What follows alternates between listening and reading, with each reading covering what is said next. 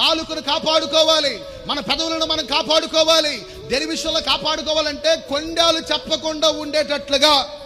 అంత ప్రభావితమైనవి, లేనిదాన్ని ఉన్నట్టుగా ఉన్నదాన్ని లేనట్టుగా కొంతమంది చెప్పండి చిత్రీకరించి చెప్పేస్తూ ఉంటారు.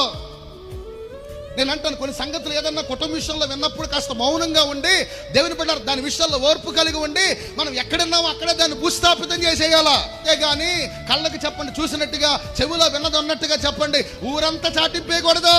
బైబిల్ చెప్తుంది, అట్టి వారు కొండెములు చెప్పక, అట్టి వారు దేవుని బిడ్డలారా తన పొరుగు వారి మీద నింద మోపక వాళ్ళు మౌనంగా ఉంటారు. మనం నాలుకను అలా కాపాడుకోవాలి. ఆమేన్ చెప్పండి గట్టిగా. కుటుంబాలు ఎందుకు పాడైపోతున్నాయి, జీవితాలు ఎందుకు పాడైపోతున్నాయి, బ్రతుకులు ఎందుకు పాడైపోతున్నాయి, వాళ్ళ జీవితాలు చెప్పండి నాశన కోపంలో పడిపోవడానికి గల కారణం ఏంటంటే ఇదిగో ఈ కొండలు చెప్పేవాళ్ళు ఎక్కువైపోయారు. ఎక్కువయ్యారా? ఎక్కువయ్యారండి. దేవుడిది అంటాడు, మీ నాలుకను కాపాడుకోండి.